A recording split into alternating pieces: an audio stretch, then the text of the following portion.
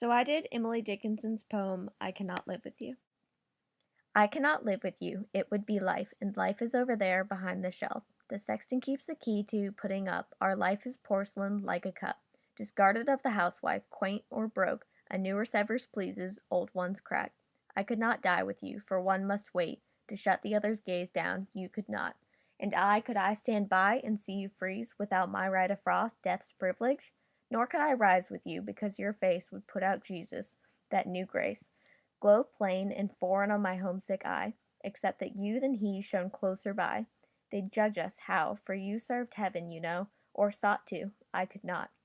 Because you saturated sight, and I had no more eyes for sordid excellence's paradise. And were you lost, I would be, though my name rang loudest on the heavenly frame. And were you saved, and I condemned to be where you were not, that self were hell to me. So we must meet apart, you there, I here, with just the door ajar, that oceans are, in prayer, and white sustenance, despair. So I'll try to make this pretty fast since it's 12 stanzas long. First of all, Emily Dickinson says that life is over there, meaning she's not really taking part in life currently. She is not living like a normal woman her age would. And I pointed out sexton because it's a caretaker of a church or a graveyard.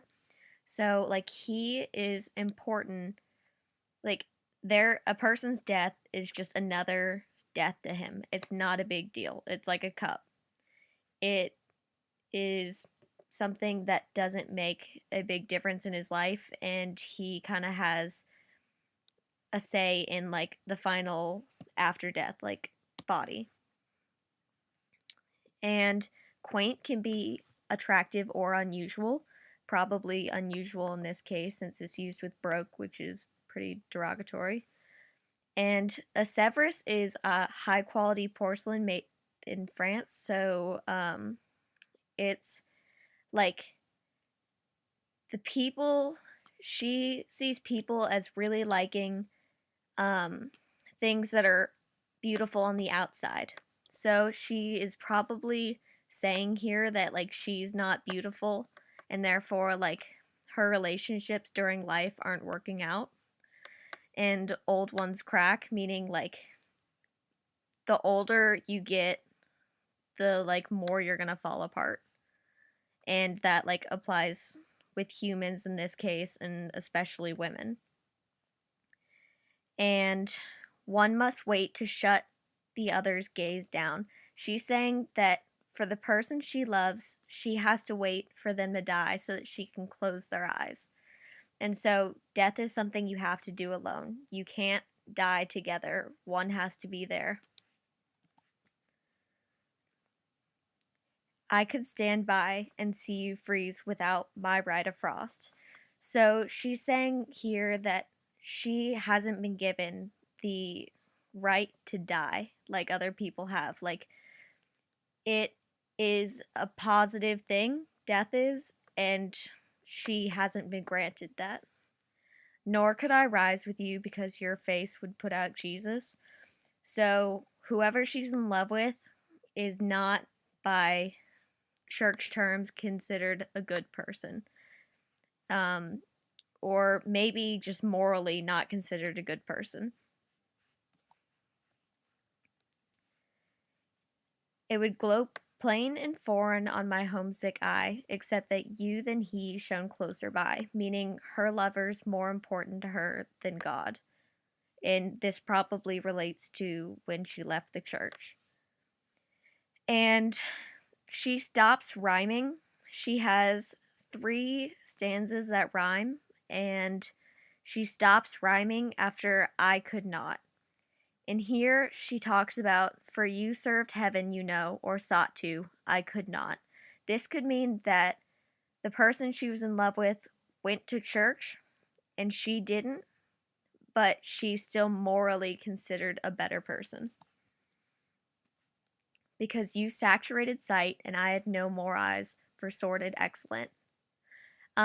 Because the person she loved was kind of a bad person, she didn't see things as good anymore. Like, she wasn't looking for godly good things. She was looking for, like, her lover is all that she could see.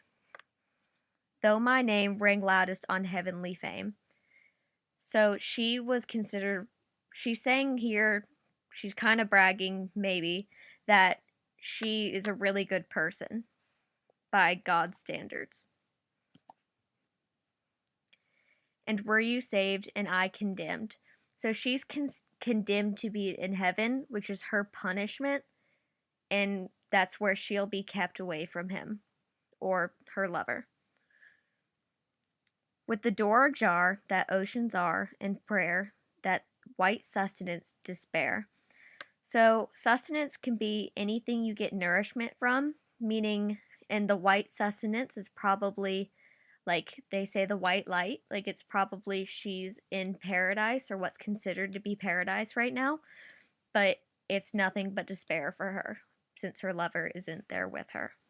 So, this is my version of I Cannot Live With You. I cannot live with you, it would glorify grief, and I don't want to be stuck, burning like firewood.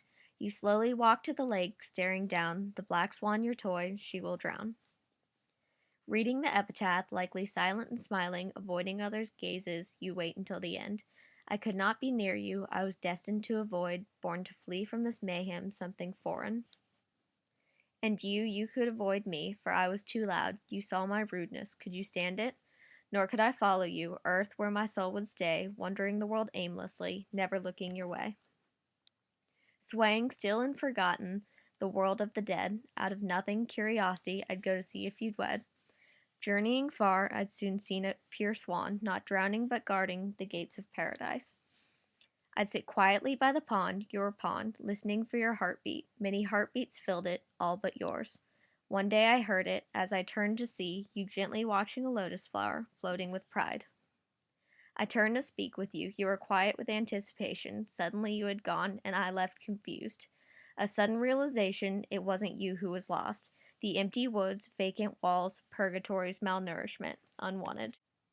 I put a lot of emphasis on the fact that the narrator was burning like firewood because clearly it was torture to be around the other person.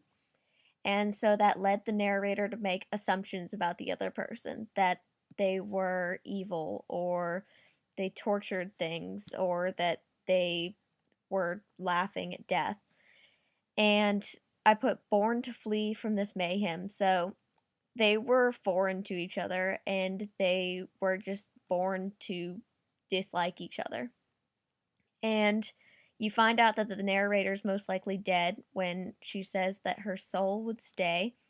So the narrator is in the world of the dead and sees a swan guarding the gates of paradise. So the swan could either be guarding heaven from just in general because it's a pure animal or from her specifically.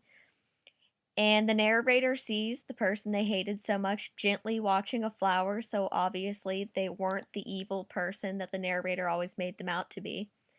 And they suddenly disappear, meaning they weren't supposed to be there and had to leave suddenly, or they were never there in the first place and it was the narrator's imagination.